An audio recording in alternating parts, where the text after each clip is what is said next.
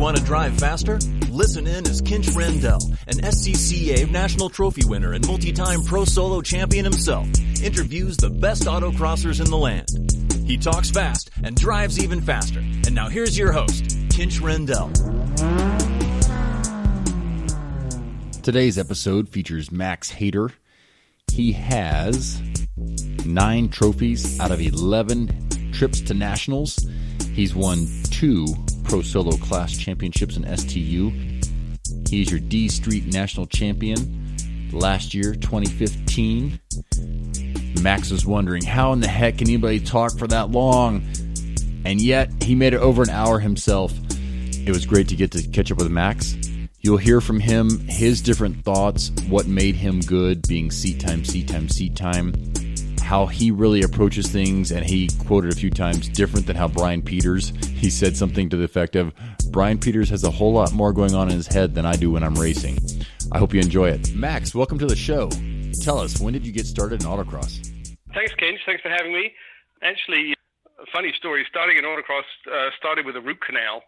And I was had a root canal and was driving home from the dentist, and I was all feeling sorry for myself. And I drove past a Subaru garage, and there was a Bug-Eye WRX sitting on the forecourt that had been all done up, lowered, big wheels and tires. And I thought, that looks cool.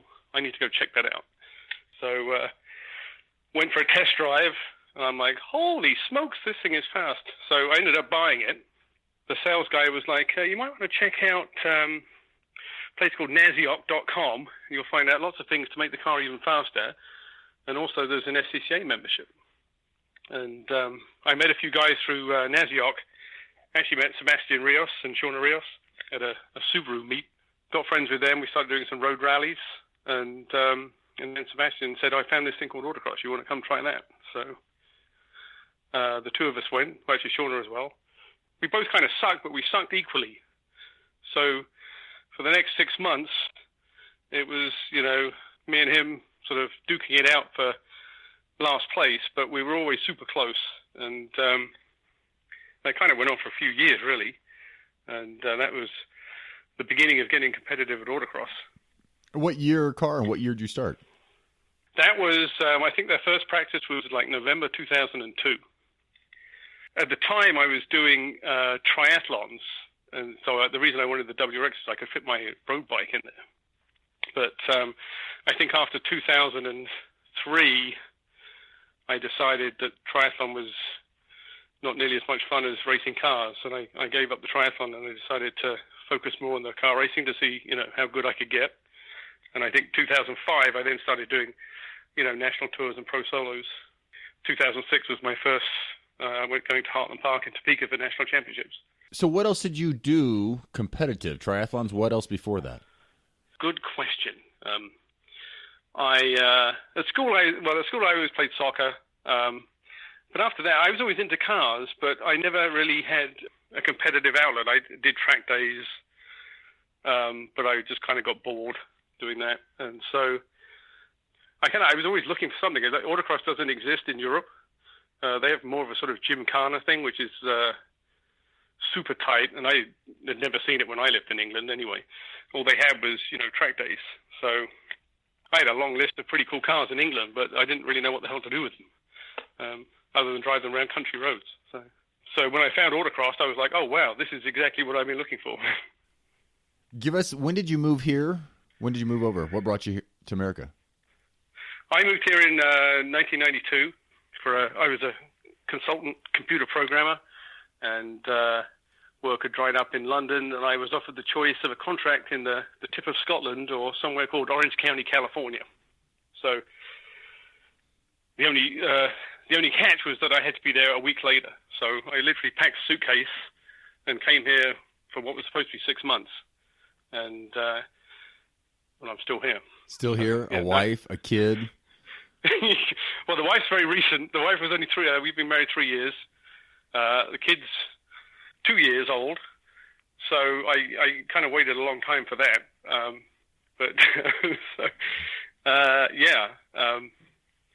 It's been quite a journey, really. Yeah, I waited a little bit less. My kid was born about 8 months after our wedding. And yeah. Oh, wow. I had 1 week to move all from Dallas to Denver, and that freaked me out. I'm like, whoa, you want me to go there when? So, yeah, I've experienced... I literally arrived. I was in a motel for a week and then found an apartment complex. And I think the first week I slept on a sunbed I stole from the pool. So I literally had nothing. Yeah, you just packed up a suitcase or two and came on. Right, exactly. That's took me a week to go buy a bed, and then it was just a mattress on the floor, I think. So literally had absolutely nothing, because I didn't really expect to stay more than 6 months, so I didn't really want to buy much either. I rented cars for the first 2 years because I didn't want to buy one. Yeah. Because I kept thinking I was going to go back, but they kept asking me to stay, and I'm like, okay, I'll do 6 more months. I'll rent another car for 6 months. So, I think when I finally bought a car, it was a 5.0 Fox body Mustang. Oh. I so wanted one of those. Talking with Matarash, I remember him talking about those. I'm like, oh, when I was in high school, right about the time. What year did you get a Fox body? It was, I think I bought it in 94, and it was a 90 or 91 or something like that. Oh, yeah. I remember. It was the LX, the hatch, but without the body kit. I didn't like the body kit. I just wanted the sleeker-looking one. And I think I got pulled over going to Laughlin at 110 miles an hour in that thing. And I handed him my English driver's license. And I go, sorry, I just borrowed it from a friend. And you know, I think I had a rental, actually. It was a rental 5.0, the first one I had. And yeah, pulled over doing 110. I go, we're just on holiday, officer. And he let us off. he goes, if you had a California driver's license, your ass would be in jail. Oh, wow. Yeah. The accent and driver's license pays off. I got out of a few with giving the English driver's license and just renting cars for 2 years. I was pretty much a get-out-of-ticket any time with that. They're like, how are we going to track you down? Unless we take you to jail right now, how are we going to do this? Yeah, exactly. So yeah, So you bought the Bug Eye WRX. You started racing. You said kind of sucked for a couple of years. How many events were you doing that first year or two? The first year, I think I only did maybe 4 or 5. And then the second year, like 2004, I think I then tried to do every single practice and every single event I could get to, which was, you know, here in SoCal, it was about once a month. So every practice, every championship, and then 2005, I thought I was then good enough to sign up for, you know, a national tour and a pro solo. And I did my first pro solo, I think it was March 2005. And I think I trophied at both. The tour was a week later in San Diego. And I then thought, oh, all right, I'm not too bad. You know, I'll stick at it. I think, and then I realized I had a WRX wagon, and I decided that the car to have was probably the sedan. So I sold the wagon and actually bought an STI, and with the goal of making it an STU car. So 2006, I then started racing that in STU. Yeah, I see you trophied that year at Nationals in it as well. Yeah, I won the... yeah, so I went... I think in the Pro Solos that year, I had a first and a third, and I was reading up on Naziok and who else was going to be at the Pro, and there was a couple of guys from the East Coast who had 2 firsts, and I really just went with the intention of just for the experience, and I went with my friend Jeff Barco, and I think I was first car out in STU, lined up against, I think it was Mike Neary, who was one of the favorites. He had 2 firsts. And I came back in, and I looked at the clocks, and Jeff sort of stuck his head in the window and goes, dude, you're leading by a second. I'm like, no way. And I ended up winning, and I think Mike was 3rd or 4th, so I ended up winning the overall for the year. And was really just couldn't believe it. Yeah, tell us, were you hooked to Pro Solos after the first one? Oh, totally, absolutely loved it. Yeah, it's always been my favorite from the very first one, which was it was only like a 25-second course at El Toro because we'd had rain, I think, and but I absolutely loved it. Just the added excitement of the launch, the timing, all the things going through your head, the mirror courses, being able to see the other course or the other car as you come across the finishing line. I just thought that was great. Yeah, I of course, we're kind of limited on how many people can show up, but I can't imagine not doing those. Yet you got hooked right away. I went to one. I think, I squeaked out a win, and I didn't go to another one that year. And then I saw Mark Smith winning championships for the year. I'm like, wait, if I go to more, I can do this at the end of the year? Like a little slow, you might say, to catch on here? Yeah, I mean, I would say when I first started going, I had really no intention of, it was just for fun and, just to see how I, stacked up, really. And, certainly the first year, the 2005 season in the WRX wagon, I was kind of in the trophies, but, the super fast guys were Josh Sator and Jeff Barker, and we were, a fair way behind those guys. So I figured I better escape somewhere easier like STU, but that wasn't such a great plan either. STU kind of took off around then when the 05-06 STI came out. They were very popular, and the Evo 8 and the Evo 9. Oh, I've been looking again at some kind of all-wheel drive. Still great cars. I mean, still in STU, the 06 STI is, one of the cars to have. And there's nothing's been better this, since the Evo 9. All the newer ones either suck or blow up. So I think the top STI this year was an 06, and he wasn't far off High Cotter.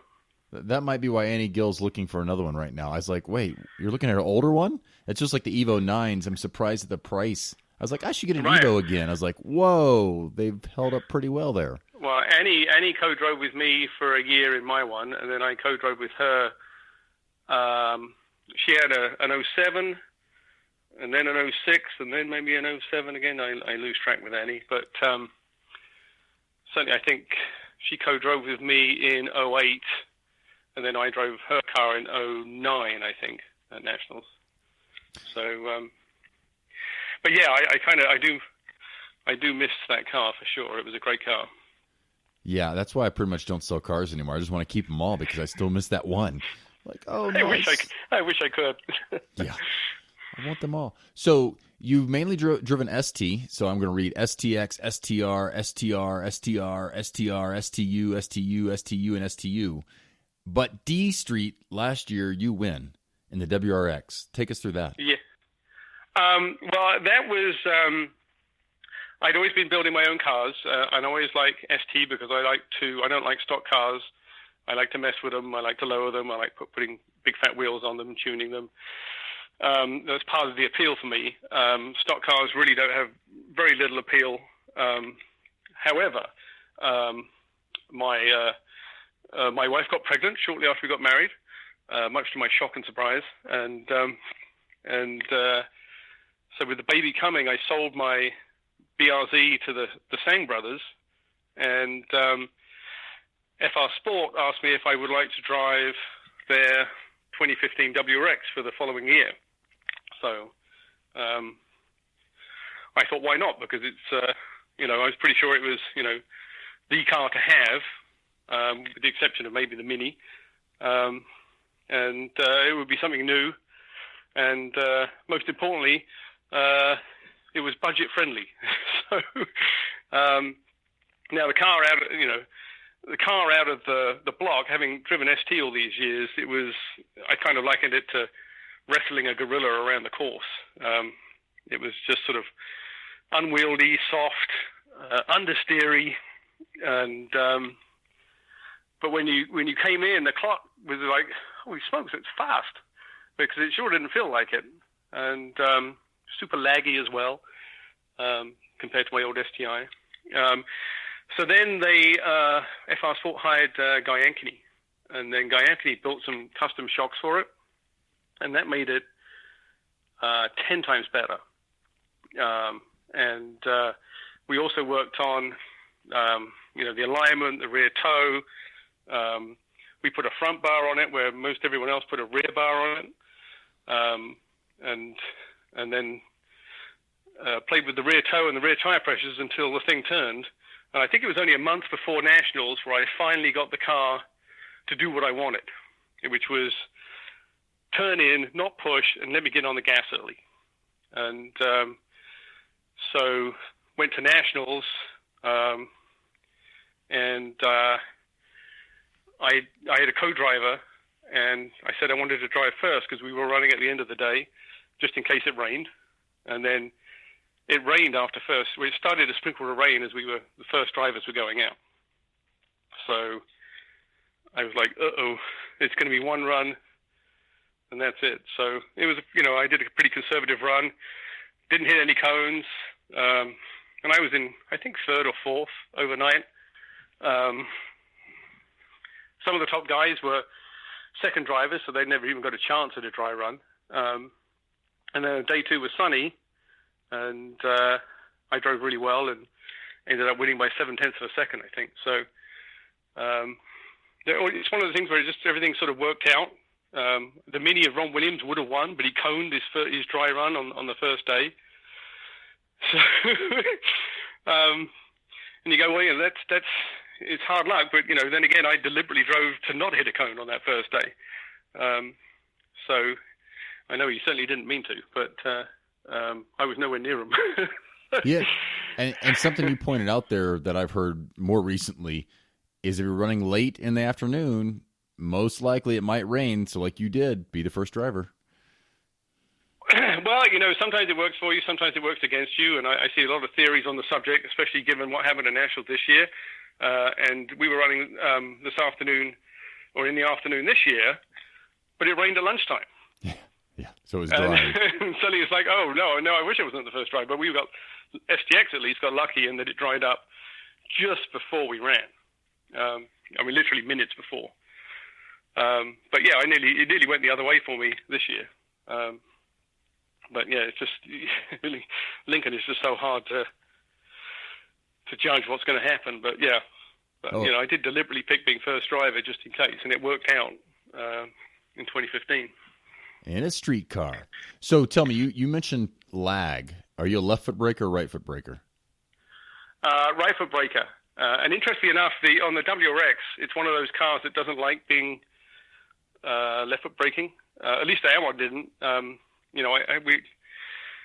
certainly lucky on the West Coast. People like Tom Berry, who are a big left foot braker, and he drove around with me as we were testing the car out. He said, "Let me drive this thing, Max." He says, "I can make this thing go faster by left foot braking." And he would try as he might, just did not like it. The car would just shut down every time he tried it. Wow! Would it stay shut down for very long or no?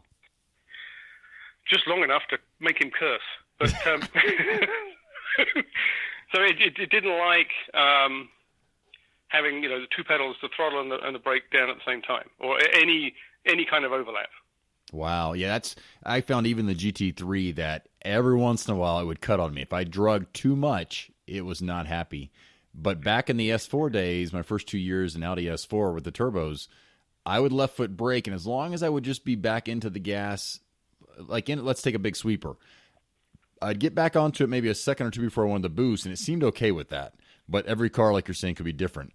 I'm seriously considering getting a WRX, mainly to daily drive. I like the idea that I could race it if it's still competitive. I kind of like that drive to the event thought anyway. Although I haven't driven a street car in so long that's soft, I can't wait to see, would I actually enjoy that? Well, there are ways, actually the shocks on the WRX are pretty good, especially the 2015 shocks. So you can actually buy the STI shocks and put them on.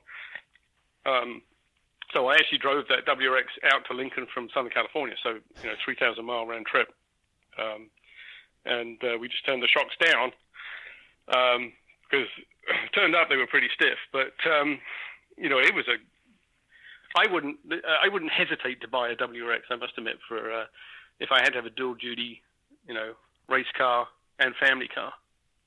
See, I have to have that. I don't have a 4-door car yet. I'm like, I should have one. I have 2 kids.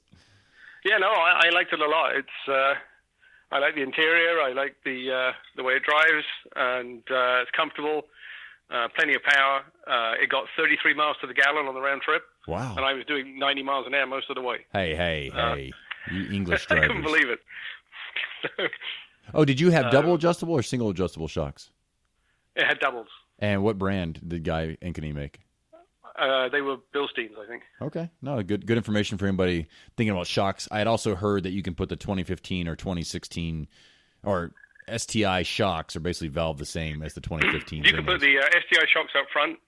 You can put STI shocks in the rear. You can also get the MCS shocks from, I think, a BRZ fit in the back. And the MCS guys know how to set. And I think AST also makes shocks for them as well. But so there's quite a few choices these days. But you know, I've driven on the stock shocks, and they're really great too. You know, Dennis Sparks, who won this year, I think that's just on stock shocks. Yep, they told me stock everything, stock bars, stock shocks. Yeah. I drove that car on the practice course the same year that I won, and I think I was faster in Dennis's car than I was in mine because it was less laggy. And what year model were you driving? Well, 2015. We were both 2015s. Okay. And the 2016, in theory, should be faster. So it's an extra half inch of wheel. Yep, I've been doing my research, talking to different people, going, oh, if I get one, what should I get? And another thing I can say for Subaru, I had no clue that their value stayed so high. Oh, it's unbelievable.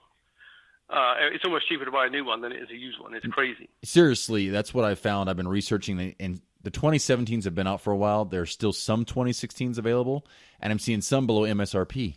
So it's like, right. Wow, I'm trying to hold off a little bit more as I really research a little more and say, can I dare buy a new car? And impressed. The values definitely hold up, especially here in this area. It's crazy. Yeah, especially in Colorado, yeah. That's crazy. So they don't like left foot braking. You've always been a right foot braker.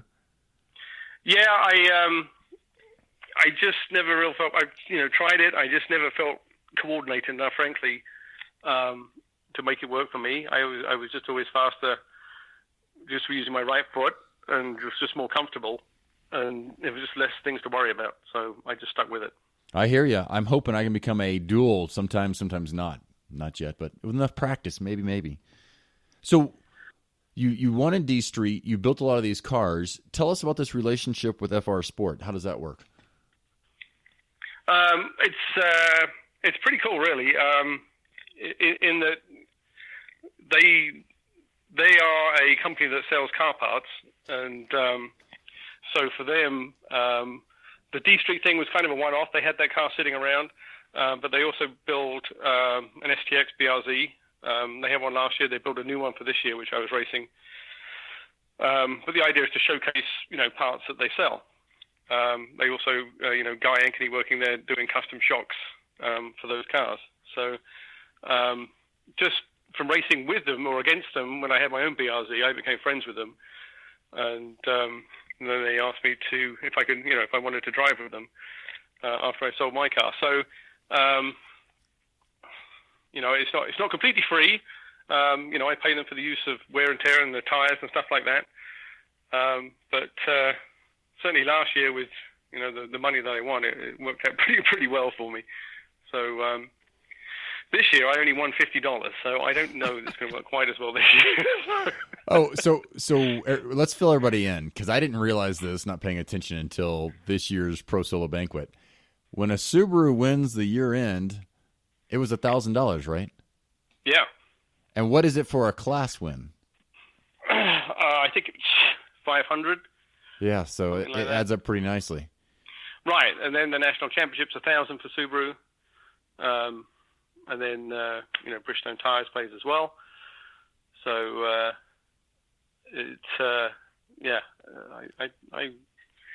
did pretty well last year. So tell me, paid for my whole season. Which tires have you run recently? Definitely Bridgestone. Have you tried the Rival S's or no? No, because we were. I have not tried the Rival S. We were struggling with the car all year to get it the way we wanted it, and all the way really up to nationals.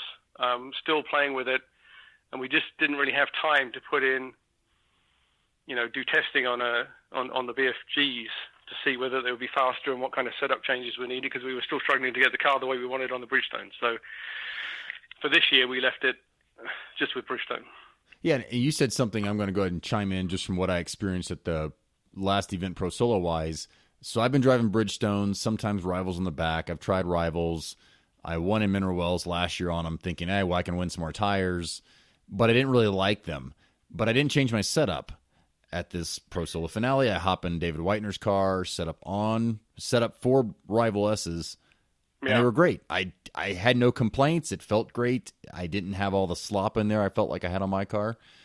But I think that's probably because, as David said, he took the time to set it up for those tires and did the testing. Right. You look at, we have James Yom running here locally, and, he obviously loved the Rivals, but everyone else who tried them couldn't get them to work for him because he had his car set up perfectly for them.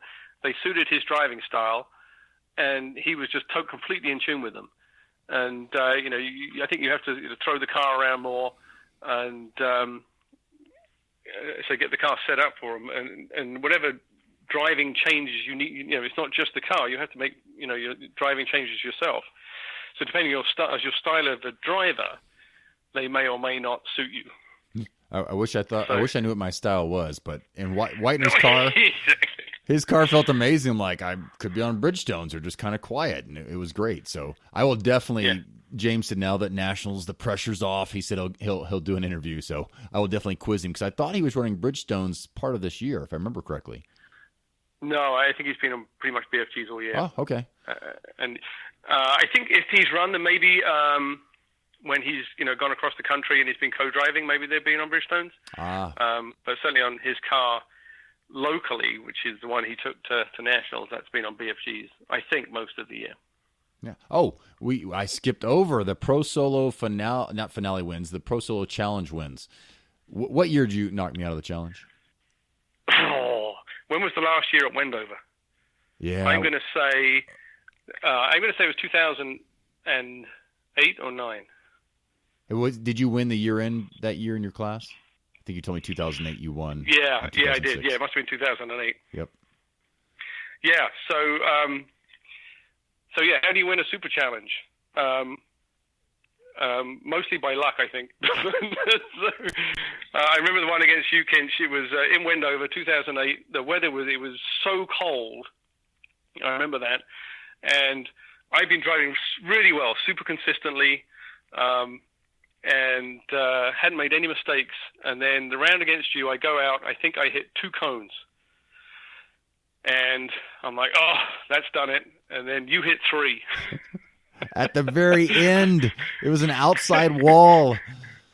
So did I. I think my second one was an outside wall. And I didn't even know I'd hit the first one.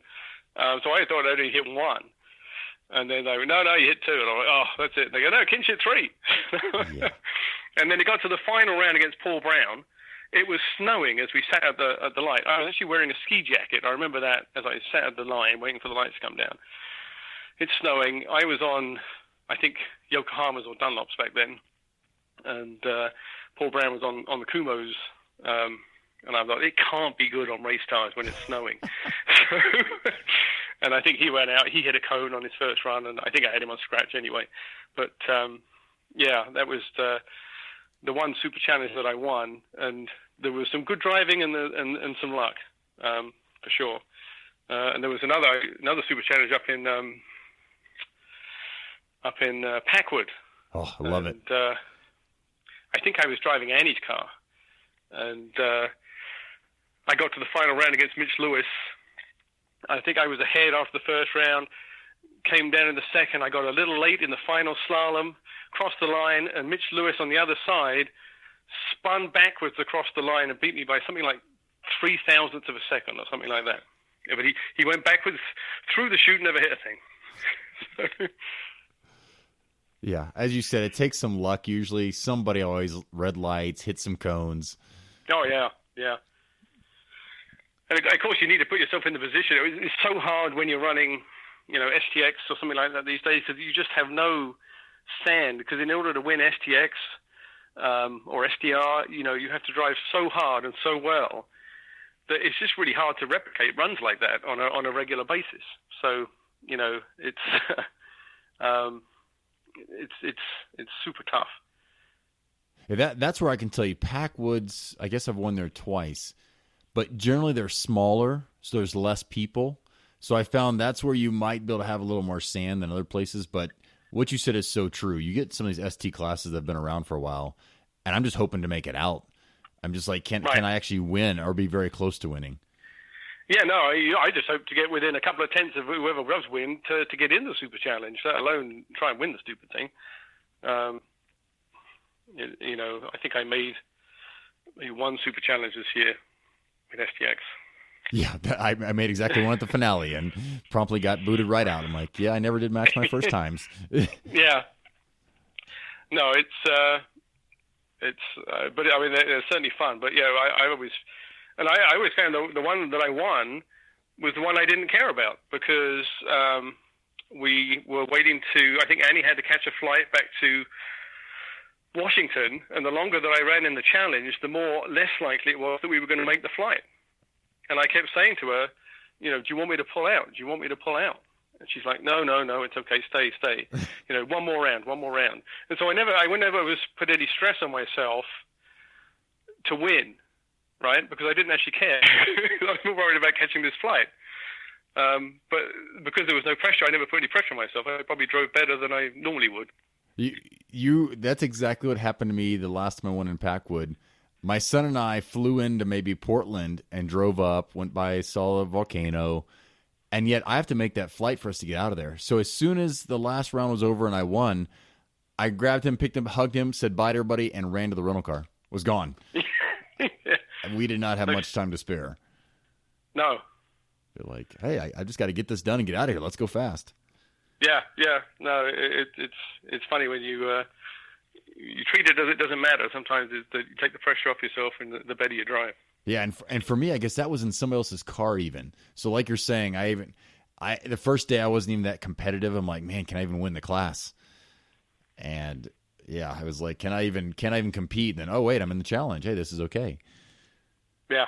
So tell me, you mentioned the main reason I want to move to Orange County. You guys have a practice day, I believe, on Saturday every time before your Sunday events. Outside of just doing all those, did you take any classes? Did you ride with lots of people during that? What do you credit with getting better? For me, I'm no spring chicken. I'm going to be 51 in November. So for me, me getting better was just seat time. Practice. So yeah, very lucky here that we have, the LA region has an event every month. We either run at California Speedway in Fontana or during the summer at El Toro Marine Base. But then San Diego also has their region down at Qualcomm in San Diego, and they run once a month. So most of the time, those events don't conflict, so they try not to have a conflict. So you can actually run twice a month if you want to do run twice a month. So when I was single, that's what I do. I go down to San Diego, and then the following week I maybe over to El Toro. So I would also have other people drive the car, or have sit with me like Tom Berry, and in later years Brian Peters, and also try and drive other people's cars.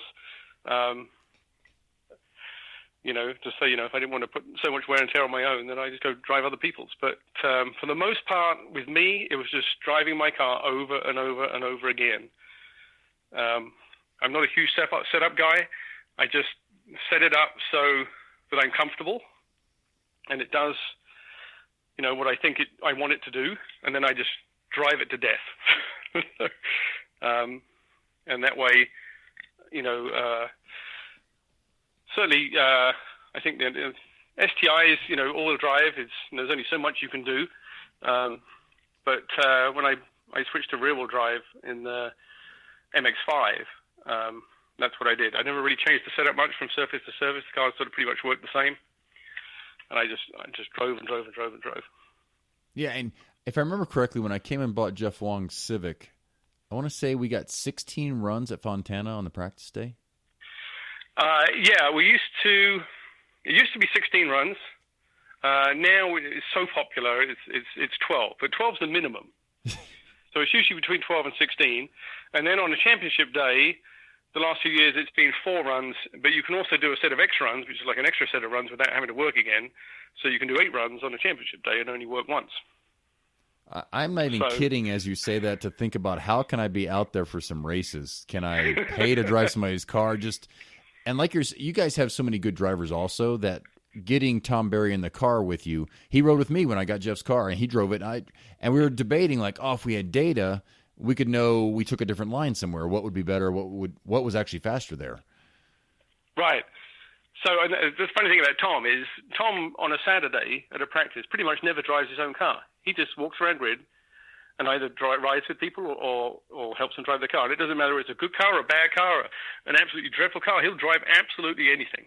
He just has a great time doing it, but says that's how it makes him a sharper driver. Yeah, you mentioned you drove other cars as well. That's what this last year I've been playing around lots of different cars here and there, at least for me, lots of cars over 1 or 2. And I was like, oh, this is totally different. I drove an STU BMW of Mark Melcher's, and he goes, oh, that's how you're going to sell the car? I said, I got out. He goes, what do you think? I go, it's quite soft. I imagine it's like driving an F-Street Mustang. He's like, thank you for selling that so well. I'm like, it was amazing how it broke loose on power, but it was very stable. I could easily catch it. Right. So, I drove all-wheel drive for years before I switched to STR in, I think, 2010. I bought the Miata. And that was a big challenge, going from all-wheel drive to rear-wheel drive. So that took a while to get up to speed. And I'm not convinced that I'm not a better all-wheel drive driver than I am a rear-wheel drive driver, but it's more fun in rear-wheel drive. Whether I'm as good at it or I'm better at driving shitty cars, I don't know. It's entirely possible. So I totally can relate to that, in that I got in the FRS stock and I wasn't that fast. People are like, oh, you're not an alien. I'm like, I will admit that driving rear-wheel drive cars, I'm doing something that doesn't equate to making them very fast. Do you know what you've learned? What did you learn to become competitive in those? Well, the biggest change was certainly with my STI, as it got loose, when I had it set up right, it would turn in pretty good, and then it would just start to rotate. And the big thing with the STI is you just floored it. As soon as that started happening, you just floored it, and the car would, either a slight drift out or it just straightened out and off you went. When you tried that in a rear-wheel drive car, I ended up backwards. Like, that's, there's a little bit more finesse required with the throttle. And it was also harder to get the car to do exactly what I wanted, that sort of just get it to rotate slowly on entry or trail brake, because it was just much more twitchy. And I think that was the biggest thing. It was, always when an STI got loose, you just floored it, and it was going to straighten out. And it just doesn't work in rear-wheel drive. Yeah, you're nailing exactly my habit for front-wheel drive, which I hear is very similar to all-wheel drive. Yep. In trouble, open the wheel and add some gas, and guess what? You're okay. Yeah. Just every instinct is wrong. That's what I found. So I remember a real fast driver here in San Diego, Jeff Cawthorn. He doesn't go to nationals, but he's incredibly fast. And he said, Max, it will take you 18 months to become normal on how to drive rear-wheel drive. And I'm like, you are so full of it. But he was right. It really did. Yeah, that's where I was so hoping to be within a second of Ken Manishi each day, just kind of dreaming, like, could I ever be that fast in Super Street? I've driven the car like 6 times before nationals, and they were at least 2 seconds ahead per day. I didn't drive so well the first day. Second day was drying conditions, so. Right. But I keep wondering, I even asked Brian Peters recently, I was like, is this like the wrong progression? Like, I'm trying to go, although several people told me a rear-wheel drive, rear-engine car should be much like a Civic. They're like, oh, you should lift it, should rotate, you should add gas, it should go. I'm like, really? I'm like, well, it's not quite working that well for me. But something you hit on a while ago, you just mentioned, was trail braking. That seems to be a huge key, not only being fast in general, but in a rear-engine car to load the front. We've been having a big discussion since the event this past weekend about, hey, different people are doing different things on the trail braking to load it and how you can get it to break away. Did you really go back over what you changed with your trail braking for rear-wheel drive versus all-wheel drive? I think with the all-wheel drive, I just throw the thing, trying to get the car loose, right? So you just kind of throw it in almost like rally style, trying to aggravate the rear, because that was the fast way to get the thing to rotate so you could just floor it, was the fast way to drive it. And with the rear-wheel drive, you couldn't throw it in like that. You would just spin. So I was trying to figure out, how can I get the car to turn quicker so I can just sort of do like a tiny drift out. Not on the Miata, it's such a momentum car. You don't want too much slip angle. So I was told at the time, you can't get a Miata to sort of to do that, to trail brake in and just rotate. For whatever reason, my car would do it, and I would just not be too harsh on the brake.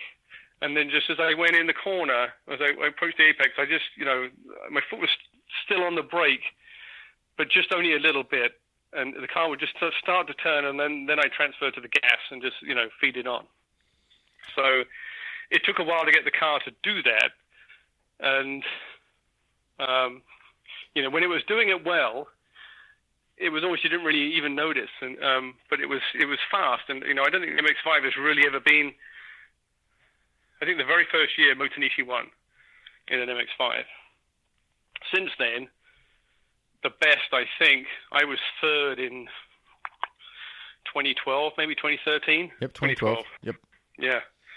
And I think the year before that I was fifth, but I was only 0.15 from winning. It was actually closer.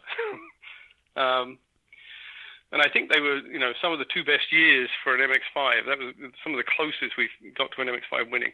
But I think now with the switch, the new BFGs and the Bridgestones have suited this 2000 and made those easier to drive.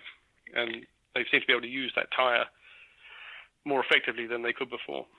So I'm going to come back to this braking one more time. Was your car able to do that by the way you were braking, or was it your braking and some setup changes?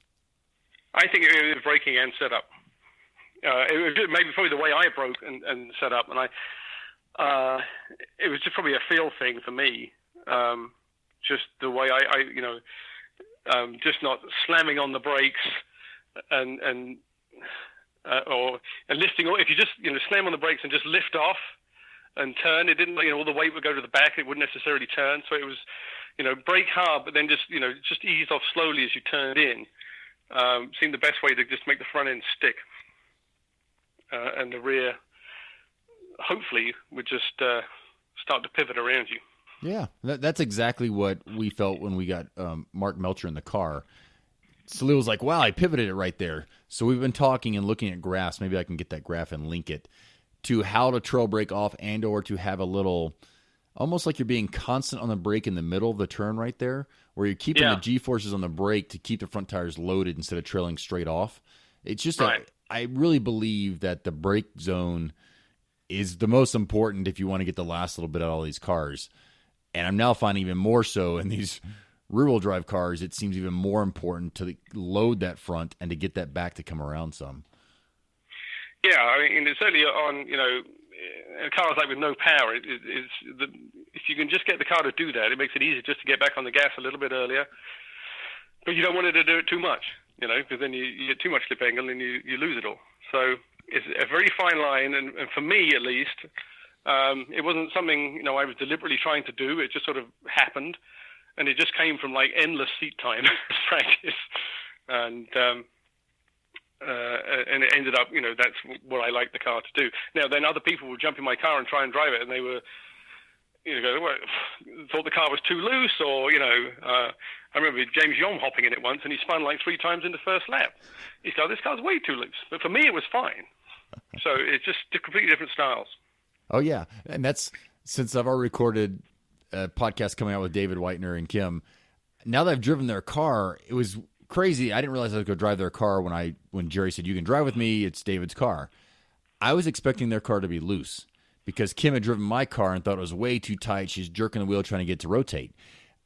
I got in their car and it didn't feel any different than mine, on different tires, totally different setup, but I totally expected it to be loose. And people will get in my car and say it's loose, but this comes back to, once again, driving styles. And if you left foot brake in a car, I swear that can keep most any car from being loose, because if you're trailing into everything enough, it just seems to sell them. Yeah, so I don't left foot brake, but maybe I'm riding the brakes, on the entry there more than others. But it's only weird to me. And I know Sebastian Rios co-drove me as well in that car, and he hopped in it. And after coming from his Civic, it was like, not if he was going to spin, it was how many spins per lap. Wow. So he eventually bought the car from me, and then they now dialed it into how they like it. Which car was this? The Mazda? Yeah. Interesting. Now I'm wishing I would have driven it like you had it set up, just to see. That's the biggest thing I can tell you, or tell everybody, is getting in all these different cars is a hoot to find out.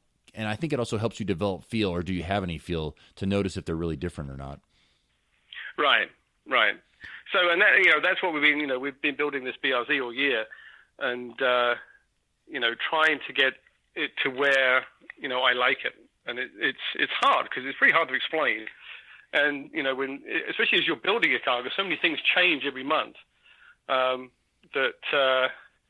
It's been a struggle this year, and really, I went into nationals this year going, if I could get a top 10, I'd be delighted, because I can't even win locally in this thing, let alone at nationals. So I ended up being the top guy from Southern California, and it was only really half a second off second place. So I was pretty pleased. 10th doesn't sound great after you won the year before, but in STX it's not so bad when there's 72 drivers in the class and it's that close. So have you taken any data to compare to other people over the years? So back when I had my STI, I had Annie driving with me and a guy called Aaron Goldsmith, who was really good on data. And so he would sit there and analyze everyone's runs after we all ran. And then after Aaron, I co-drove with Sean Bailey, who at the time worked for Road and Track, and now works for the GM. He was a nationals this year with the GM driving school, and he was also great on data. So he'd sit there and analyze the pair of us, and we were always super close. So I found the data really works if you have a co-driver who is as fast or super close to you or faster, and then it's really useful. If you don't, I just look at the video. So I'm not really a big data guy, but I do like to watch the video. Yeah, I was asking just to see if you could draw from that, if they would tell you, hey, you are braking different, or if they got really into it and could see the steering angles and such. We were never that in depth back then. It was all that Max Q stuff back then. So it was pretty much, hey, I've noticed, Aaron's carrying 5 miles an hour through the slalom, then you are Max, So with the data, with the video, what do you pick out from that? Do you watch them side by side? What's your tactic there? The video, I mostly view to see if I'm on the right lines that I think I should be on, and if I'm close to the key cones.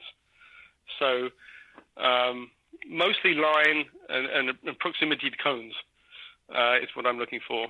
And I know Brian Peters, who can analyze all sorts of things in his head. I listened to his podcast. There's a lot of stuff going on in his head that's not going on in mine. And that's maybe why he wins all the time. I think the thing I've learned over the years is, like, when I'm walking course, especially at nationals, is I don't try to. When I first went, I used to walk it like 10 times, and it ended up made me too afraid of the cones. I was so afraid of hitting one that I'd drive too slowly, and so now I just walk it 3 times at the most, and maybe I'll watch someone's video if someone fast ran before me that I want to look at. This year that didn't. My co-driver, Catherine Tran, ran in ladies earlier, so I watched her videos before I ran. But she doesn't necessarily do the same lines that I wanted to do. So, but she gets a feel for the car and how it's handling, and I'll look at that and go from there. But I found I'm better off, for me, not walking too much, because it makes me too wary of hitting something. Yeah, it's interesting. I hadn't thought of that. I just find that if I walk it too much, I think I know what I'm doing, and I don't look ahead enough. Yeah, no, exactly. So you end up sort of saying, I can only drive this fast through here. Yep. And then I find it's sometimes better off just barrel in there and look ahead and go, oh, okay, and just go by feel. I've learned my feel is better than my walking feel. So, I don't. I think I end up thinking too much as opposed to just driving. That makes sense. Yeah. Do you find in pro solos or even any events, some of your first run or two are faster than the next set sessions? I think the whole of nationals this year was like that for me. I was really quick on my first runs and never got any faster. I haven't quite figured out why. Or that does seem to be peculiar to Lincoln for me, and I don't know whether it's like an OPR pickup thing or I don't know. But for whatever reason, this year I was super fast on my first runs and could never go any faster. Yeah, I'm kind of wondering. I feel like for myself, I'm discovering that when I don't know the course or I don't think I know it so well, the first session at the Pro Solo, for example, I go out there and I'm looking way ahead and I'm braking properly. And then the next session, well, it was wet for us, but the third session was dry. I'm just pushing it too much. I'm not looking ahead enough and just driving again. That sometimes the first runs are as close to perfection as I'm probably going to get, and I'm just way overdoing it the next session. Well, I would say that, but locally, I always improve a little bit. But at Lincoln, I don't. I don't know why. And I remember that from years past that first runs are really key. I don't know whether it's a factor of the temperature there when it's hot, that the tires just feel great on that first run and they never felt quite as good after that. The car just slides around more. It feels kind of similar, but the clock says otherwise. It's just a little bit off. And I think my times on the first day were all within a tenth or 2/10. Oh. And the second day, exactly the same. They were within 2/10. Okay, somebody put data in his car next year so we can compare and see, is he making any mistakes? Is there anything to be found there? there? The first round, and guys like, you're right there. You just need to find half a second. I could never find it. I've got to admit right now. So we had data. We're running the East course with the little really, really tight pin turn and the huge straight. Yeah. And one of the rules from John Ames is the tightest turn before the longest straight is the most important. We don't look at the data enough to notice between my first run and second run, I leave 6/10 of a section, 6/10 in that section. Wow. By waiting, because we're about to hit the outside cone, so waiting on the gas pedal. And we look. Right, and so it's the thing, as you try and push a little bit harder, maybe you end up pushing a little wider and then finding that outside cone that really came at you quick. And if you hadn't lined it up quite right, you said you had to lift to get around it. Yeah, so I just wonder if you would find anything like that. So the second run I left 6/10, third run I left 7/10 right there, yet I think I was fastest on my third. Comparing to Salil, he left 1 second compared to my first run right there because we challenged that tight section too much for the longest straight. And having the data, we want to hit ourselves in the head for not looking at that and noticing it on the second runs. But if you had that, I just wonder if you'd find, was there 4/10 of a section where you left 4/10 here, 4/10 there, or 2/10 or anything? I know that the first run I thought I drove I drove it fairly aggressively, tight. I hit all my marks, and I came in, and the time was great. They go, Max is in the lead. I'm going, oh, this is fantastic, because I was 17th over after day one, and then about 5 minutes later, they called me a cone on that run. Oh. I'm like, really? I had no idea I hit a cone. And I watched the video back. I still can't see a cone, but it was obviously the rear of the car somewhere. And then the second run, I wanted to get a clean one in, so I was a little less aggressive on the cones. And it was 1.5 tenths slower, but it was clean. The third run, I said, I'm going to go for it. And you came off that start, you had the tight right, then you had tight left. I blew the tight left. Came in with the same time again, but I knew I dropped half a second on that first left. So for me, I knew it was right there. And you're talking about the West course, I take it? East course. Yeah. Okay. Yeah. The hard. Yeah, those Yeah. starts were very interesting this year. Yeah. So my third run, which was a great run, other than that first left. Be like one spot. It's amazing if you get data, you can easily see half a second in one section so quickly gone. I always say, I'd like to see the data. We weren't running data; we were just running video. I'd like to see the data on that and see exactly how much time I did lose. Perhaps it was all in my head, but I'm pretty sure I had the car not where I wanted it. So you were saying on the course walks, you pick out key cones to hit your marks. Basically, you're like, this is important to be tight here, tight there. Right, exactly. So throughout the course of a 60-second lap, I'm like, I want to put the car here, and here. These are the key cones I want to put the car real close at, and then not only close, but at what angle. So when you're late apexing it or early apexing it or whatever. So to maximize, your exit speed as much as possible, just to find the straightaways. Exactly. So, that's why I tell people when I'm walking course, and all you should ask different people are, if you think somebody's fast, I say, I want to be on this cone, but that's easy to say. And then I say, I want my car to be pointed this direction. I'm always trying to point out to people, I always want to be tight to the cones that keep me out wide. But then it's just a matter of what angle am I at when I'm going by that cone. Yeah. So, I don't say Brian was talking about, running movies in his head, and a lot of people, visualize, close their eyes, and then run it. I don't really do that. I just kind of, pick out the key places where I want to put the car, and then just try and look ahead when I'm driving to those spots and say, just memorize, okay, where was those 5 key spots, and do it that way. For me, that's what, I'm not certainly saying it's the best, it's just what I do. Yeah, it's what works for you is what I tell people. Exactly. Only because if I try and do a workshop on the whole thing, I just, I end up overthinking the whole thing. So, and usually on practice days, I won't walk it at all, because then I like to just be surprised. I highly recommend that to people, or a local event or a winter series, it doesn't matter. Do that. I do that quite often. Or if I set the course up, I have to do a safety walk sometimes, or usually. Otherwise, I don't really walk it. And that really makes me look up. Now, part of me then says, oh, maybe I should be walking it 2 times, just like at Nationals. But at times, I just love. And even at Nationals, I only walked twice, several times now. I'm just like, there's no sense in doing more. If I kind of know where I'm going, I'm good.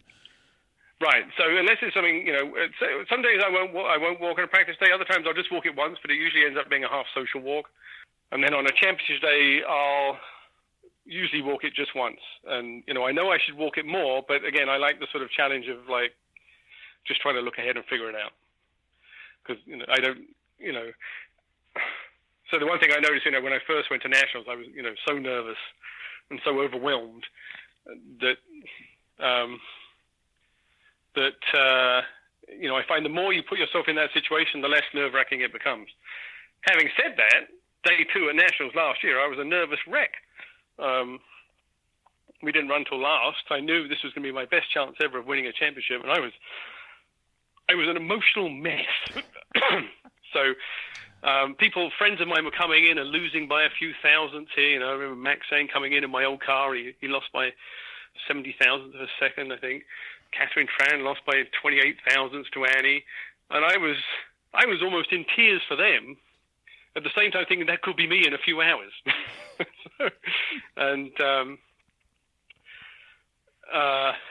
But by the time I actually pulled to the line, I was fine. I was just like super focused. Yeah. What are your thoughts? It's only because you put yourself in that situation enough times, it becomes more normal. Yeah, do you have any pre-routine right there when you're pulling up or when you're in grid? What are you thinking about?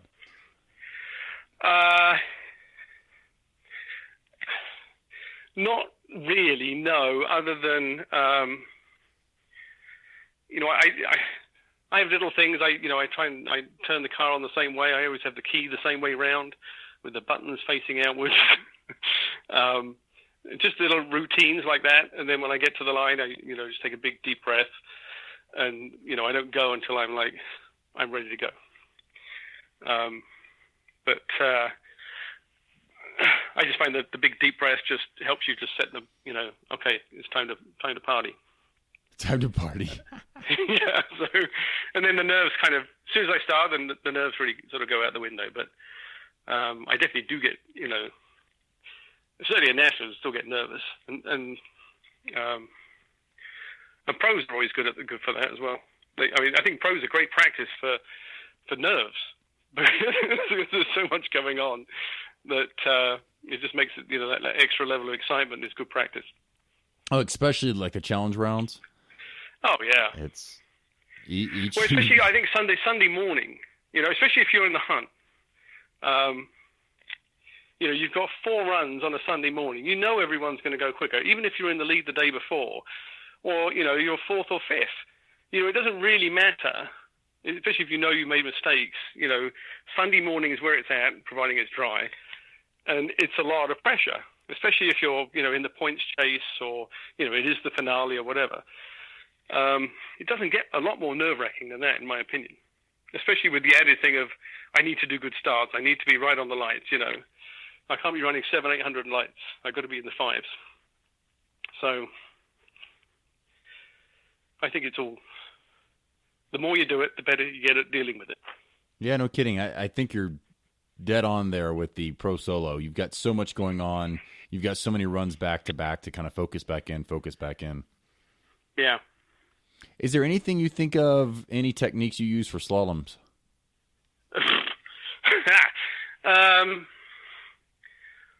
No, I think that's one place I need to improve. Actually, I kept feeling that certainly the pro this year I wasn't comfortable enough in the car to really push the slalom. I kept feeling the car was getting away from me if I tried to push it. So whether that's the car or me, I don't know. Having said that, I felt I drove the slaloms much better at the next week. So although we did tweak the car a little bit, so I don't really have any. My technique is always try start slaloming on the first cone, and the first cone might necessarily not be the first cone in the slalom. It could be the corner before. It's spotting where where you need to turn in to back, which is the first cone to backside. So. Again, slaloms is great if you can get a practice course that you can just bomb up and down a slalom, run after run after run. I remember I was an instructor at a student school, and they just laid out a 10-cone slalom, and we're going to teach you how to slalom. But as an instructor, I found I learned just as much as they did. So I go, all right, this was, just by talking through it and saying this is what you need to do, because sometimes you just forget and just stop doing it. And you don't realize it when you teach someone, you remember the basics and you just get to practice with them. I found that was really useful. What did you teach them? If somebody's new comes in, what do you tell them? I was certainly, setting your speed as you're coming in, not upsetting the car, getting in a rhythm, but backsiding, starting slaloming on the first cone and staying early all the way down until the end when you can accelerate out and spotting where that point is. So between that, staying in a good rhythm, and just how much you need to, move your hands in one sort of fluid motion side to side. Because I found with most beginners, they just don't move their hands enough, and they end up just mowing down the cones, going too straight. Whereas I would say if I'm screwing up in a slalom, I'm actually over-inputting aim, like, oh, I'm too wide. I know I should be right on those cones. Right. Again, it's such a fine line. Because always you go, okay, well, I do that slowly, it works pretty well. When I go and try and do it, 10/10, you either end up flying out the side of the slalom. So yeah, but if you do the basics right, then you just add speed. It's just figuring out what the speed is. That's the most complicated thing. And again, I'm not one for pacing everything out so much. It all tends to be feel. Yeah, you're paying attention to your line, I would say. Yeah, I just trust my eyes more than I go. It's 27 paces and then it's 25, and I can't do that in my head when I'm driving it. I'm just not going to remember it. So I just go on visuals. Actually, I'm going to challenge myself because you said that to not. I'm always counting, and I've changed now where I count the line I want to drive versus just the distance between them. But in reality, I guess the only reason I care to do that is if one is really pinched, I might kind of, I guess, I'm pre-programming, which is probably not what I want to do. I would much rather just look ahead, see it, and adjust my line and speed to match it. Right, because you never come in quite perfectly anyway, normally. So it's to know one's 2 paces shorter. Well, I mean, visually, you can almost, if you're looking ahead through the, Peters always says, look through the slalom, look through the slalom. And if you do that, then you can, visually it just makes sense, and then, your hands kind of follow what your eyes see. Yeah, we had him ride with us, Salil and I, at the test course at Nationals, and great advice, although we realized trying to take advice and think we're going to change something at Nationals, probably not a brilliant game plan. But it was interesting coming in the little slalom on the test course, which is kind of tight. He's like, get into the slalom. All right, look out of the slalom, or get out of the slalom. We're right in the middle. And I got what he was saying, but I never heard it. I never thought of it like that, like get out of the slalom as in get your eyes out. Or maybe he said, get your eyes out of the slalom. At the last event, it was exactly that, and it ties into what you said. You set your speed coming in, you maintain, get to the right speed to go back and forth, set the rhythm.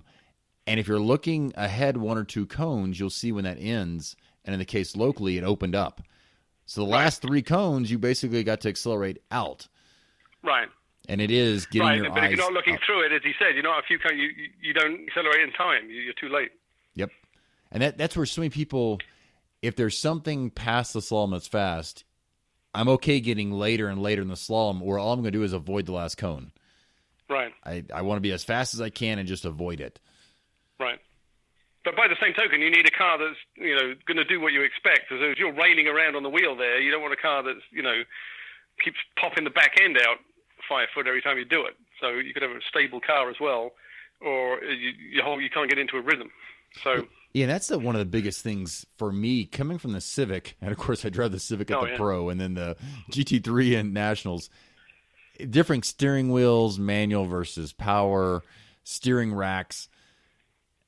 I'm even more in awe of people that hop in lots of cars like Tom Berry.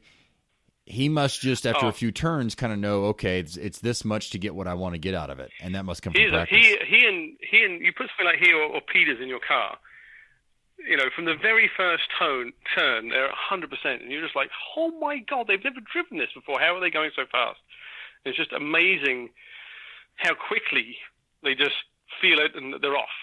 Just know, I'll take it easy the first few turns and get into it. From the very first turn, they're completely,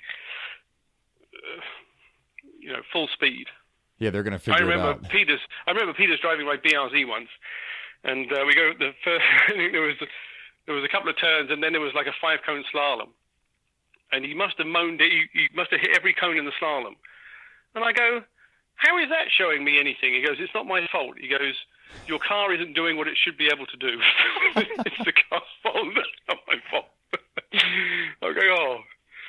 So he starts twiddling the knobs, and he does it again, and then he's clean, and the car's faster. He said, I am perfect, your car is not. It's below me. No, exactly. He says, your car's not doing what it should do. It's not my fault.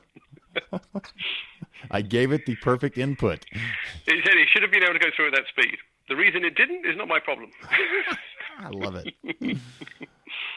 Like, fix it. The nice thing is he didn't ask you to fix it. He fixed it. That's what I... Oh, yeah, no, exactly. Yeah, you need more rebound all the way around. So, okay, slaloms. What are you thinking? Oh, wait. You said you taught. How much have you instructed? Officially, not that much. I've done a few instruction days we have here in SoCal when we have novice schools. Mostly it happens at the practices on a Saturday when you hop in someone else's car and you're either driving with them or you drive their car, and that's most of the instruction that I do. I've done a few Evo schools. As instructor or taking them? Taking them. Okay. And then, if you say being friends with Peters is a free Evo instruction every time he hops in. Although I think it's rather I always find it really nerve-wracking when someone like, Brian Peters hops in your car. I never drive very well. It's like, oh my God. I think I suck. That's a discussion we just had this weekend. Getting people in the car, we each felt like we overdid something. And I said, I bet if you instruct a lot, like you do Evo schools, you don't care who's in the car because you're used to it all the time. It's something else you get used to is the more people that ride with you, the more you don't show off. Yeah, no, it always freaks me out when he hops in. Or Tom Berry. It always freaks me out. Yeah, I don't know if I overdrove with him in the car that once. It was nice having him in there and then letting him drive. It was like, oh yeah, we realized we drive very similar. And in his podcast, he pointed out where the data is showing that we seem to try to drive the car, put it on its nose. He said that really doesn't work out the best, and the data is actually proving it over and over again. So right, yeah, no, he's just amazing. When he drives it, you just sit there in awe and go, I just don't know how he does that. So slaloms into sweepers or sweepers in general. Any thoughts there? What you're trying to get your car set up to do? How you drive them? That pretty goes back to what we talked about earlier with just trying to set the nose of the car with a little bit of trail brake and power out as soon as I can. I really don't like a car that's pushy in the sweepers. I'd rather have a little bit of drift. But I think there's nothing worse when you hit the gas and the car just starts to push out. I'd rather have the other end going. So I tend to like the car a little. If anything, I'll attach loose. That's just the way I like it. I totally agree, and yes, we did cover that pretty well. Let me try to think anything else with the courses. We've covered the walking slaloms and sweepers. Yeah, I listened to when Brian was talking about his course. I can't give that kind of detail because I do it all on feel, and then people will ask me after I drive, "Did you hit the brakes here? Did you hit?" I go, "I have no idea." I have no idea what I did. I'm sorry. Hey, you basically the line and the key cones you want to be on, and you're making adjustments the whole time. I did whatever I did to make me hit the marks I wanted to hit. But what those things were, I don't remember afterwards. Yeah, exactly. And I swear racing is where am I at in the car? Where do I want to be? How do I get to that line? Just continually making the changes necessary. Yeah. But yeah, I don't remember how it was I did it. And perhaps I should. I don't know, but I never do. When you finish a run, what do you remember or note for the next run? I always think back on where if I missed. And if I didn't miss anything and I'm too slow, then I'll just try and do all those things a little bit faster. So, if there's a big mistake, obviously I'll try and fix it. If there's not a big mistake, then I'll just try and be a little bit more aggressive everywhere or try and get a little closer to the cones without hitting them, But I don't try and do a massive banzai move, in one corner. I'll just try and do a little bit everywhere. Yeah, that's... So, Being with Team Whitener or Team Texas was interesting. They all gave you good pep talks and inspiration and saying things like, hey, just carry 1 mile an hour, just carry a little bit more momentum through each of these turns. Right. Just a little bit. Yeah. And I'll sort of think back and, with the tires squealing there or, perhaps I wasn't going quite fast enough, was the car moving around? No. Okay, maybe I can go a little bit faster. So it's unless there's something you make a big mistake, then it's just little things like that. Yeah, and that's where I can't say enough times and still I do this. Oh, I'm going to go faster into the brake zone. That does not usually pay off. It doesn't ever work. No, and I'm as guilty of that as anyone, and I. I've been struggling with that all year, actually, just overdriving the entries and not being able to get on the gas soon enough coming out. And I really try to focus on that. And Nationals, just to say, don't banzai the entries. Just stay on the line and get on the gas early. To a certain extent, that worked out pretty well. I think, another year of development on the car and me sitting in it will help. Because from my point of view, I haven't had enough seat time in that car to be me and it being at one. Oh, I understand. How many races have you been making the past 2 years? 1 a month. With the baby, I certainly cut down. I stopped going to San Diego.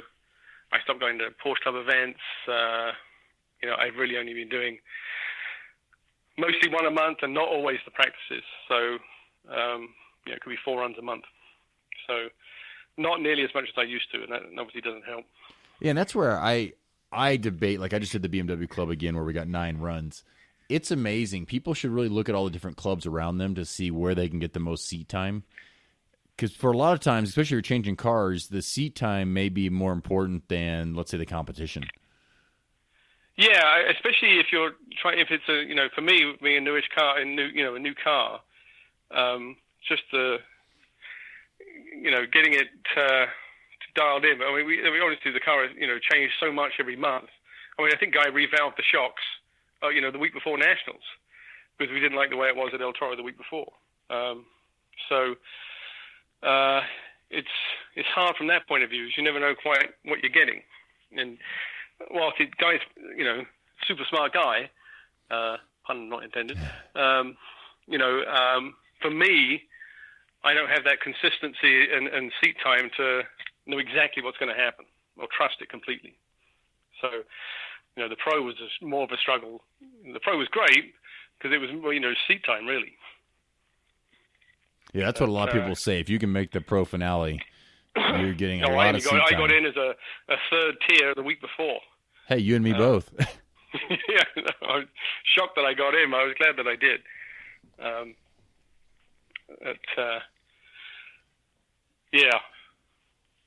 So I think with me, if I'm still driving if I'm being fired, I'm still driving the car next year. But for me, the seat time thing is when you have family and a new baby, it gets more complicated. Hey, in 3 short years, she can be an FJC cart. Oh God, I'm too old for that crap. Jesus. So that looks like way too much hard work. But we'll see. She seems to like cars, so I think the ideal would be, we had a Chris Cox type motorhome, and we could take the whole family out. That would be nice. But I second that idea. Unless I win the lotto, I don't see that happening either. I actually found on Craigslist just about a 33-foot enclosed trailer with living quarters up front. I'm like, well, that's kind of slumming it, but that would kind of fit the bill. Yeah, I know. Like the KJ Christopher has, and the Clements have something like that. But then you need a big ass baller truck to tow the thing with, and they seem to be just as much trouble as RVs. Hey, I'm knocking on wood. I bought the old truck with the good engine. I drove to Nashville this year in an NC Miata, my daily driver. Yeah, once again, it's kind of nice to be able to take those cars across the country. Yeah, well, so, FR Sport and Guy towed the car out, but they weren't doing the same time frames as I could do. So I just drove myself out. And I figured if I took my own car there, didn't need to rent a car while I was there. So it was the cheapest way to do it. 3,000-mile trip. Wow, I guess that's the only thing we have on you guys is we are much closer. Oh yeah. 3,000 miles in a Miata was it was okay, but there could have been better choices. The WRX was much nicer. I'll tell you that much. That's in. So you were able to turn those shocks down enough to make it a comfy ride. Oh yeah, wonderful. Wow. Yeah. When I get the car, if I get the car, I'm ready. Shock me up. Yeah. No, guys, the shocks on that WRX were amazing. I mean, they went from, super high gas pressure in the rear to help that thing turn. When it was in race trim, I was running super high rear tire pressures as well. That thing was stiff as a board in the rear. And, literally, race car stiff. But you turn it down, it was off you go to the grocery store. Yeah, that's a lot. That reminds me of the Mini Coopers back in the day, running 60 and 70 PSI in the rear. I was at between 50 and 60. There you go, buddy. Take notes. I am right here writing them down. The Bristow guys were having a look. What are you putting in that thing? Don't blow it up. Yeah, I think the max on the sidewall was 50. So. You're like, we're not going that fast out here. Yeah. But it'll be interesting to see next year if they move any cars, like the EcoBoost Mustang or the non-TRD twins into D Street. That could change things. Exactly. We actually looked at the results wondering, okay, the top finishing BRZ, where was it at? Okay, was he fast? How do we know? We don't really know. Okay. Right. It's so hard to tell. With Lincoln on different days and different times of day, even the courses change. Not to mention the rain, but even in the dry, the conditions vary so much. Yep. So out of all these cars you've driven other people's cars, what's kind of a favorite? I'd say the two favorites. Oh, I love my old 06 STI, just because launching that thing was so much fun. And I think my Miata, the MX-5, the NC STR Miata, is my other favorite. The BRZ that the Sang brothers have, that was pretty cool, but I only drove that for 1 year, so didn't have quite the bond with that. Although every time I see them driving it, I just think, oh man, it looks so good, so nice, and it sounds so good. I wouldn't mind having it back, but I think the two favorites would be the STI and the MX-5. Yeah, have you driven that car since they've had it and tweaked on it?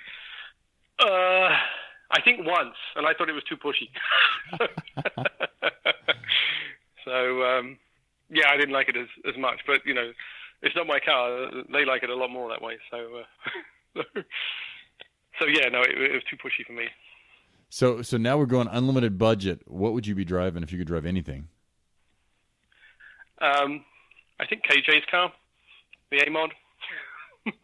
So I have no mechanical engineering skills whatsoever, so I could never build a car like KJ and Marshall have built in that thing. But I don't know if you've seen Marshall's video from his second day this year. It's unbelievable. To me, that looks as exciting as it could be. Yeah, talk about downforce. I can't even imagine it. Yeah. And I get to see that thing run locally, and, when KJ bought that, it wouldn't go 100 yards without something breaking. It was a mess. He's completely rebuilt almost every single element of that car. I don't know if you call it a car, whatever the hell it is. That winged vehicle. Yeah. And just amazing, skill, and Marshall's been heavily involved, and just what they've done with that thing is amazing. But yeah, I think other than that, from a car perspective, I don't know. I very rarely. I don't think I've ever even driven a car on Hoosiers in my life. So it's really hard for me to say, and I kind of deliberately, because I just don't want to go down that sort of, money pit. Or I need to build a prepared car or something like that. I just don't have the funds or the mechanical ability to do such a thing, so I just don't go there. So yeah, you said you like to tweak on cars. You would buy all these cars and put them in ST. Yes, but just simple mods like suspension and exhaust and headers. That's easy, or easier.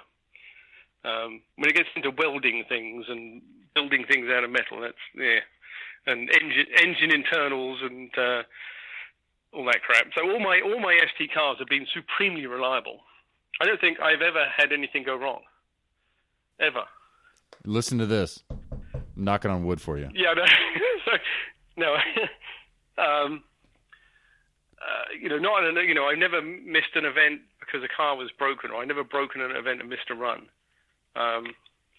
And some of that is luck, obviously, but the NC Miata is pretty stout car, and the BRZs, I think for the most part are really reliable. My STI was super reliable. I think the only replaced thing I raced that for 30,000 miles, and it was sponsored by a Subaru dealership. So there was a couple of warranty things they did. I think they replaced the odd wheel bearing. I think I went through one clutch with 3 drivers doing launches. I remember one El Toro Pro. Christine Berry's car broke, so she jumped in it too. We had 4 drivers at a pro, plus practice starts. I worked out, I did 80 launches in one weekend. No problem. Wow. No. So yes, tell us, how did you get into the announcing gig at Nationals? Well, I started off announcing locally, mostly to get out of shagging cones, because I'm old, and people generally seem to like it. And then I think at the time Wagner was in San Francisco, and I don't know if he heard me, but he said, "Why don't you do the San Diego tour?" And I went down and did that. I was a nervous wreck, but Sandy liked me, probably most importantly. So from there, I think I did the tour ever since, and then I started doing the pro solos as well. And then Haywood said, how about you do nationals? And I think the first year nationals, I was like announce assistant to Dan Pedrosa. And then the following year, they had me do one. And again, I was just a nervous wreck because nationals is not like announcing locally. Locally, you can sit, make fun of someone. If you were driving Kinch, I'd sit there and make fun of you. You're not allowed to do that at nationals. Haywood has all these rules of, imagine their mother's listening. You can't show any favoritism just because you know them. You've got to think of the sponsors. You can't say this, you can't say that. So you end up feeling you can't say anything. Read the Times. So everyone goes, you're much more interested when you announce locally. I go, well, it's really hard.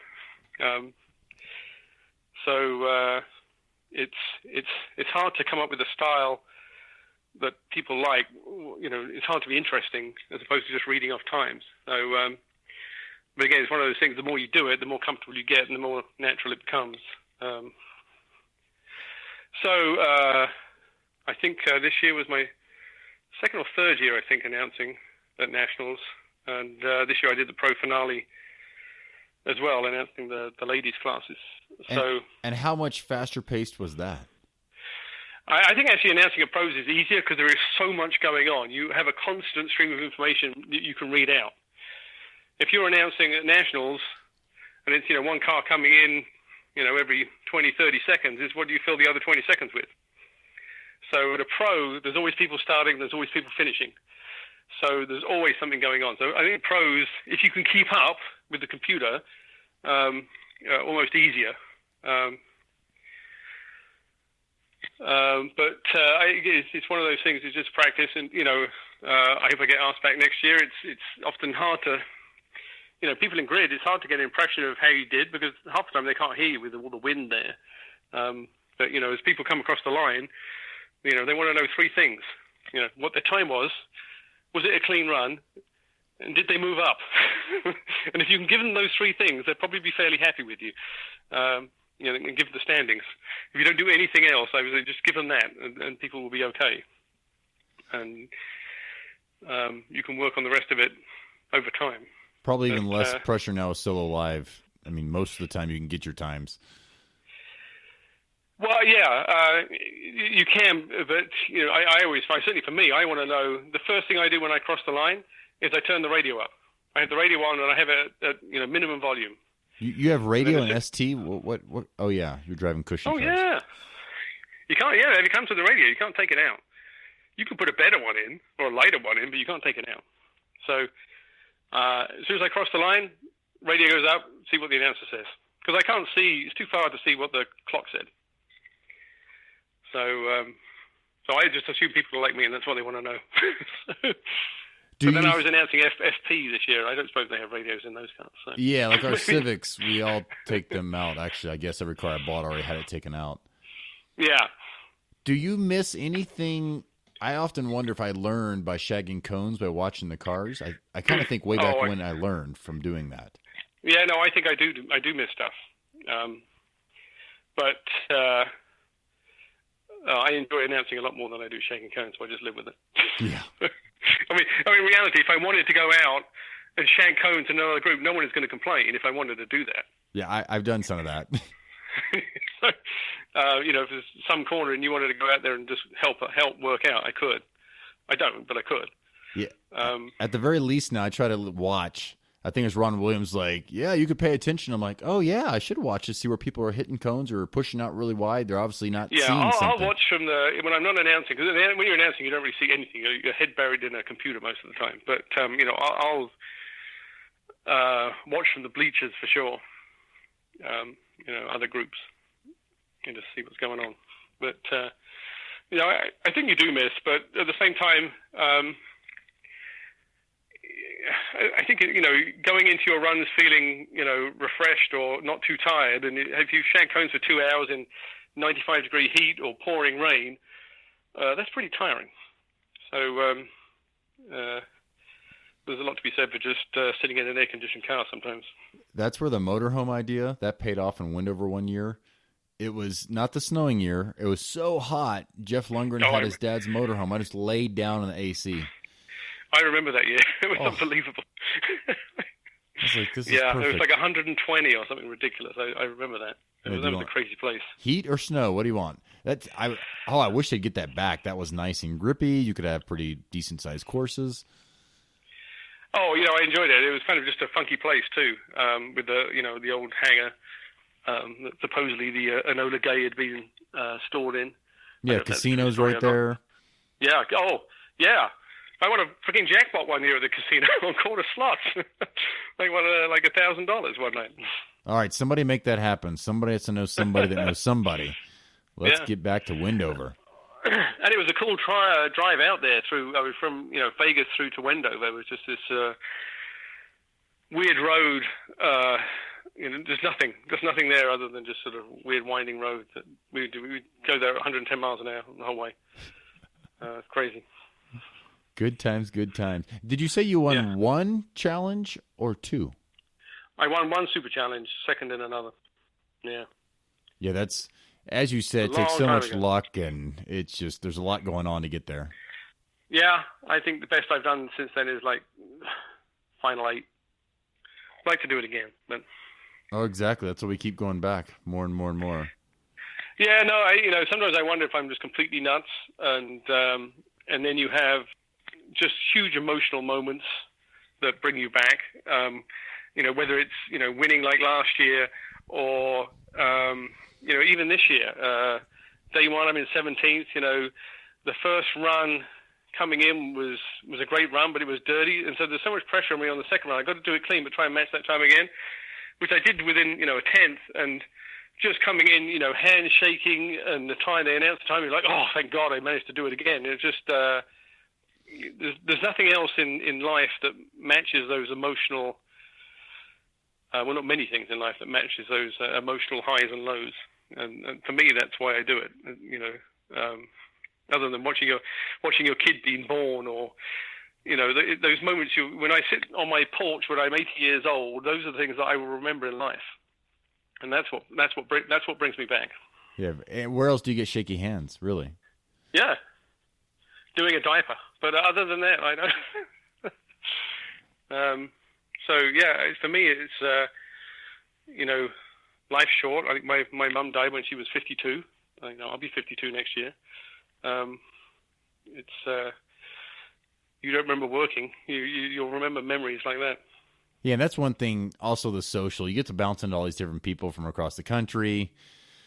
Oh yeah, I have so many friends, across the country. I mean, all over the country, from all the different classes that I've run. And even people like you kids, I've never even run in the same class as you, but people you run into over the years, it's just amazing how many friends you make. And half the people go to nationals, you just don't want to miss out. It's just. I always think the favorite day of nationals is almost like the Friday before the pro. Just everyone getting there, saying hi. No one's had any problems yet, unless you're Ron Bauer, and just go meeting all your friends. It's great. Yep, it's a big social group, social hangout, bunch of car nuts. Yeah, and like-minded individuals. It's a massive meeting of for most part, like-minded individuals, and that's hard to find, I think, in life. What's the fastest car you've driven, or most powerful? I think I drove Henry Bujon's ASP Corvette Z06 a few times. That was probably the fastest car I ever drove. Max, thank you very much. Thanks, Kinch. Appreciate it. Really? Oh, my God. We haven't even talked about my announcement. And the thing about Annie is when she launches a car, even if it's not a pro, she launched that thing like it wasn't a pro. I go, why are you launching off the rev limiter when you're going to do a 90-degree right in 20 yards? She goes, it's the only way I know how to start, she says.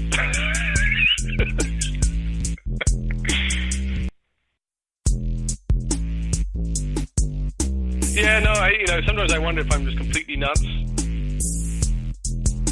If I had the money, I think a GT3 would be right up there on my list of cars to own.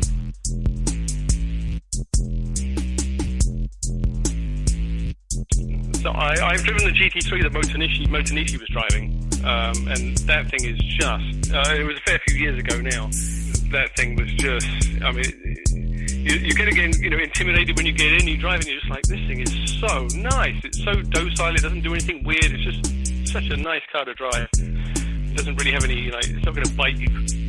Yeah, no, I love that. I love driving Healy's GT3.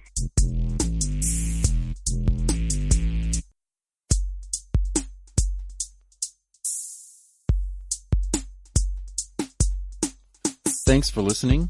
For the show notes and contact information, please visit autocrosstalk.com.